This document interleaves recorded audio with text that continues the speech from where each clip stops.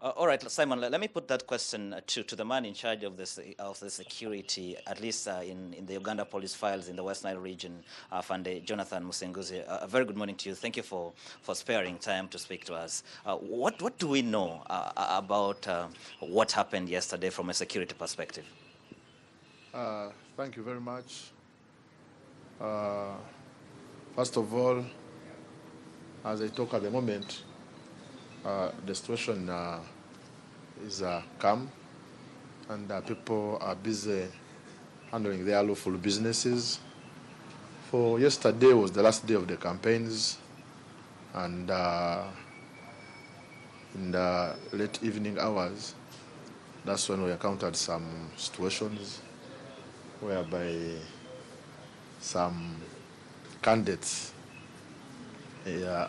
allow their people to become violent, and definitely trying to follow the traffic rules and guidelines, undermining each and everybody, and more so by attacking the convoy of His Excellency, the President. And of course, it was a nasty situation, but as the police, we could not leave it just like that. We had to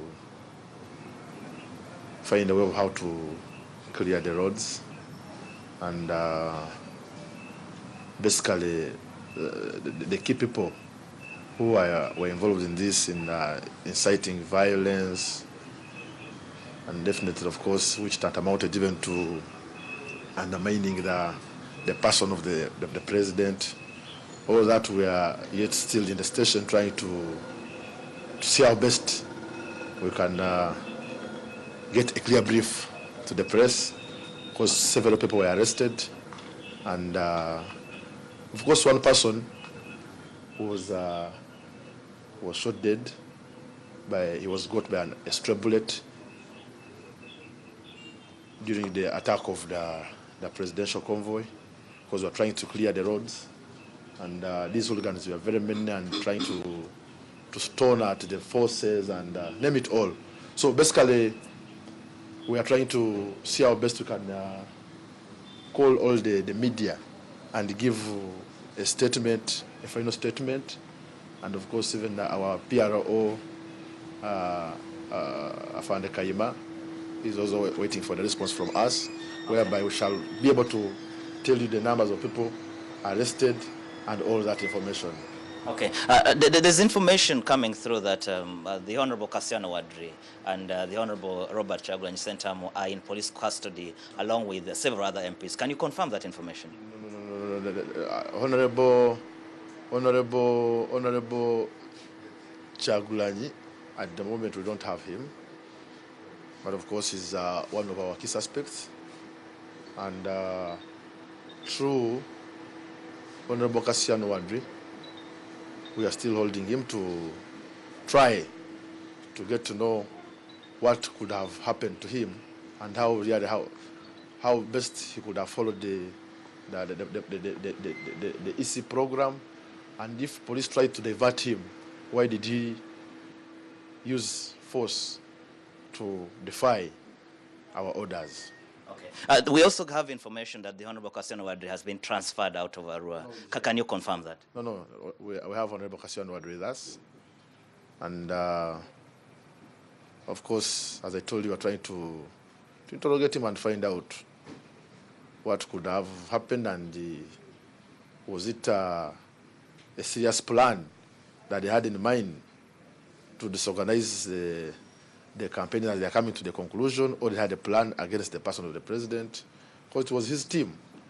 It was his team which really came up to do all this kind of havoc. So we have him. We are taking our time to analyze the situation. Okay. Well, one other missing person is, final question, one other missing person is NTV journalist Herbert Ziwa. We also have information that he is in your custody. Was he arrested? Why is he being held? You see, this operation was a wide one. It was quite a wide one, and actually I'm getting it from from you that one of the journalists was arrested. But as I told you, that the CIDs are already trying to do the screening to find out who was arrested, when and where. And of course, even among those other suspects, there are several MPs. There are some MPs who came outside this region. We're also trying to find out who are these, so that we come up with one statement and we brief our people. Okay. I need to let you go to work, but the plainclothed men, the gun-wielding plainclothed men, are those your men? Are those your officers? Yeah, definitely. You know, during this kind of operation, we always deploy both covert and overt. So we have the crime intelligence, we have the CIDs, and of course, some officers wouldn't really fail to walk in with their guns when the situation really has worsened like the one of yesterday. Okay. Afande, I know you don't have a lot of time, but also my camera and our broadcast equipment was taken this morning. Are they in your custody? Can we have them back? That is our suspects. Our camera and one of our broadcast equipment was taken this morning and actually by officers in military uniform at the crime scene. Sure. Then that one I'm going to find out. I'm going to find out if it is true. We are going to get them back to you. Okay. Yes. Thank you for sparing time to speak to us. The police, we are the lead agency in all these kinds of operations, even if it is the electioneering period. So we are really the lead agency #1. So if you're thinking that it is military, then it is subject to find out who could these men be, and definitely we shall get. Were they in plain clothes?